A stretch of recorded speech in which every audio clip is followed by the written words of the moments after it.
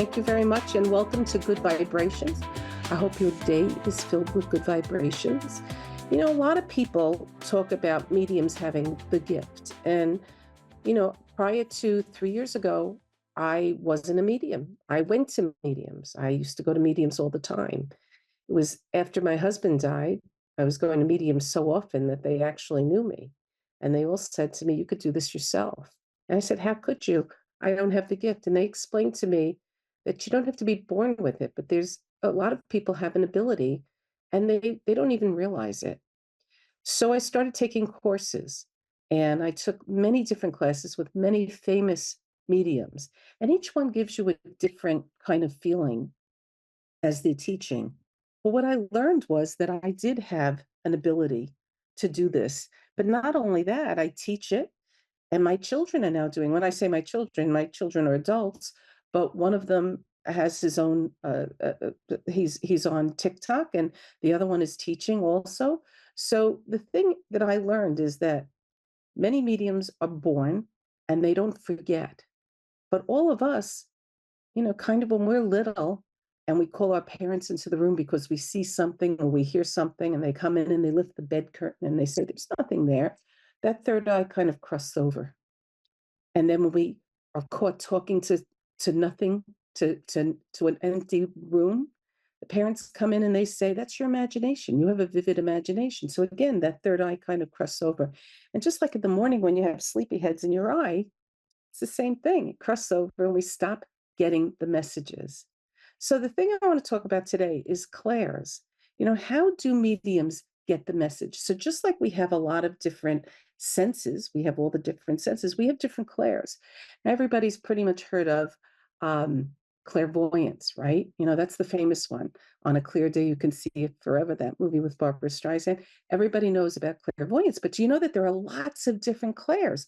And it wasn't until I realized that I was getting messages, I was being bombarded with feelings and messages. And when I started to identify them, I realized I was capable of doing mediumship too.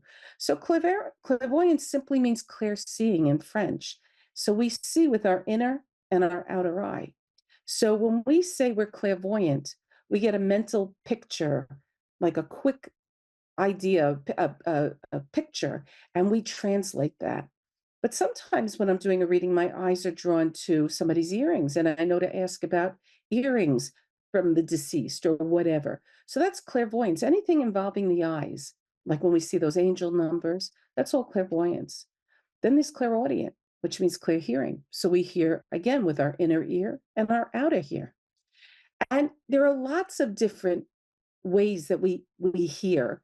Sometimes we hear something inside our head, and sometimes we'll hear a bell, or we'll hear a train, or we'll hear the flapping of a bird, or whatever it is. And you realize that there may be a message in that too. There's claircognizance, a clear sense of knowing.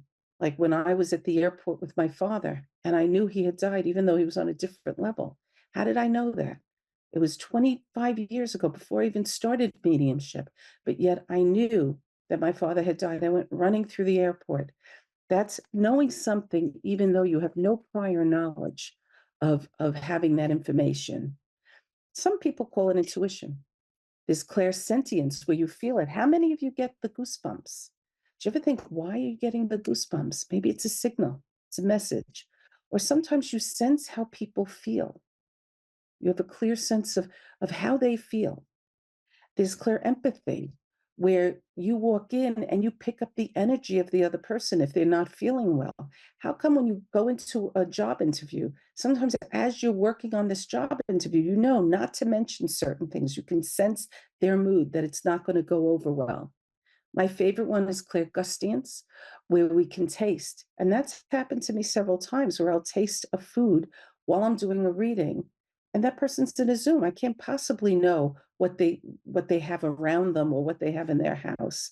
There's clairsalience. How many people have actually smelled their mother's cologne, even though she's been gone for years? For me, it's cigar smoke. I'll get a whiff of my husband's cigar smoke. And lastly, there's clairtangency, where a person can touch something. Like many mediums will say, "Give me one of their articles, one of their belongings," and they're able to get vibrations or informations from touching something that belonged to a person. So start paying attention to all your senses. Start noticing how you see, feel, and what you hear, and see if you're getting messages too. But start to notice all the things you see, hear, and feel. Even write it down. See if there, you see a trend, that you get a feeling, or you have a picture downloaded, or you know who's going to call before the phone rings, and start taking note of it. That's what I did. I used to call my son and say, write this down. I think, so and so is going to have a baby. And he'd write it down, and sure enough, we would find out that that person was indeed pregnant. So start writing these things down. So, do we have our caller?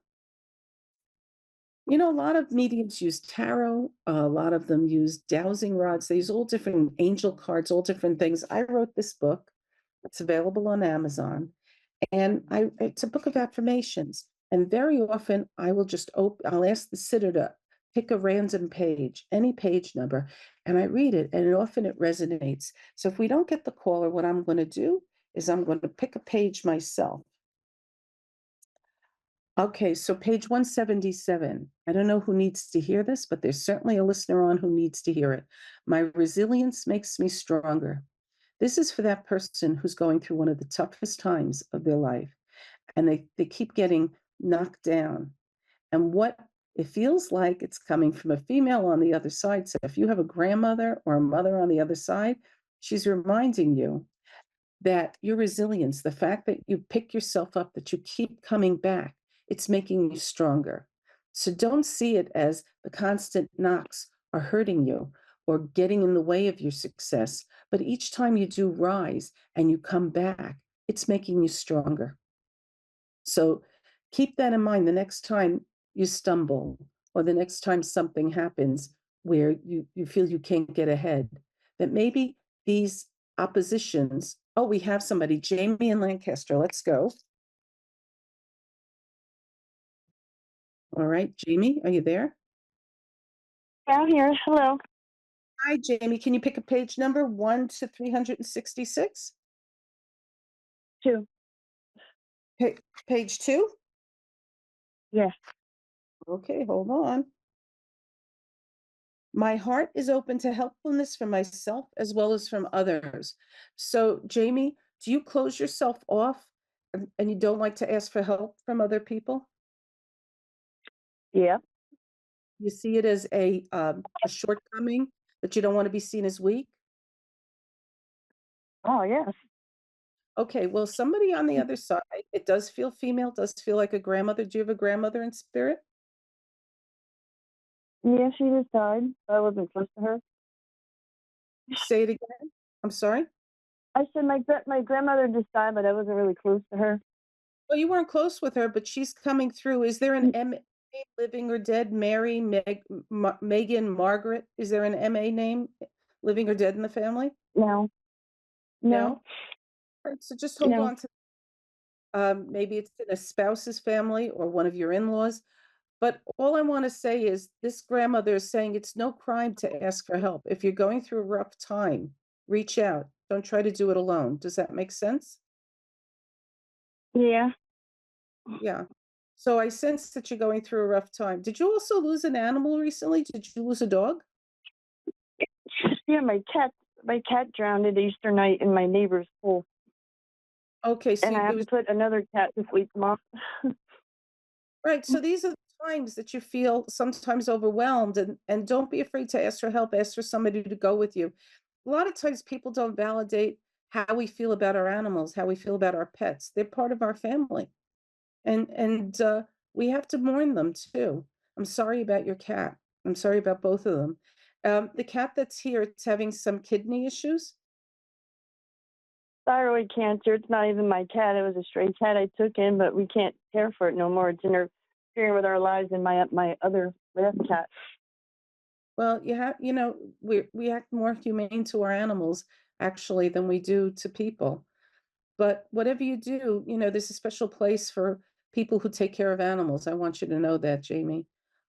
Is your dad on the other side? No, I live with him. He's at the post office right now.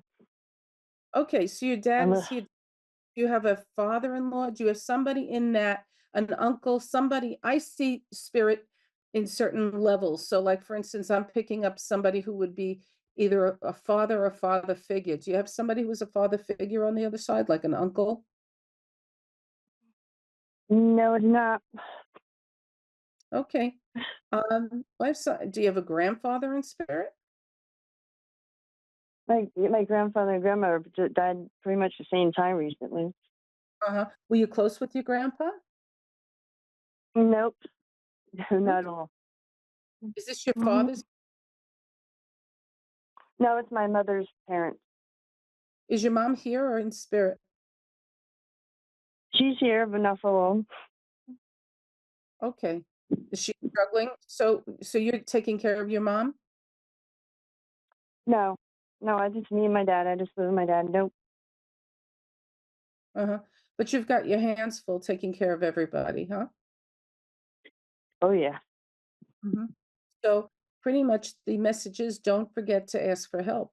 You can't drink from an empty cup. If you're doing everything yourself, it's really hard. And you're caring for a lot of people. So reach out. Do you have siblings? Nope, I don't have nobody. Just my dad, and I have like one real friend. Hmm. Do they help he, you? yeah, he helps me. Yeah, Good. he's taking me tomorrow to put the cat down. But yeah, Good. So you have someone who's helping you. Do you have any questions? I actually do, if it's okay. All my life I had paranormal activity and spirits always with me. And then at my dad's house here, there's woods across the street. Long story short, paranormal activity was so bad in this house, and nobody would help me, not even churches. And then it just stopped suddenly. I don't know why, or I'm not complaining or anything, but like, I was just curious, why are they always drawn to me? Well, you're open to it. That's why they're drawn to you. There's paranormal activity around everybody. If you listen to the beginning of the broadcast, I talked about all the clairs. There's a million things going on all over the place. I wasn't aware of the messages I was receiving until I opened up to start examining my clairs. So obviously you're open to it. So, you were able to see and feel those things. So when you stopped feeling them, maybe, you kind of shut it off. A lot of times, people shut it off. So it could be that you just turn the knob off where you're not receiving that information. Hmm. And I do got one more question. It's kind of embarrassing. I don't know if you know what this thing is. It's called a skinwalker. I was just curious. When I was walking past the cemetery the one night, I saw it once. I mean, I saw it twice, and I heard it scream. I was just curious if it was not exaggerating or like hallucinating, or did I really see that thing? Well, a lot of times they're saying that we live, all these different creatures and beings live at different vibrations than we do. And sometimes they slip through into our world.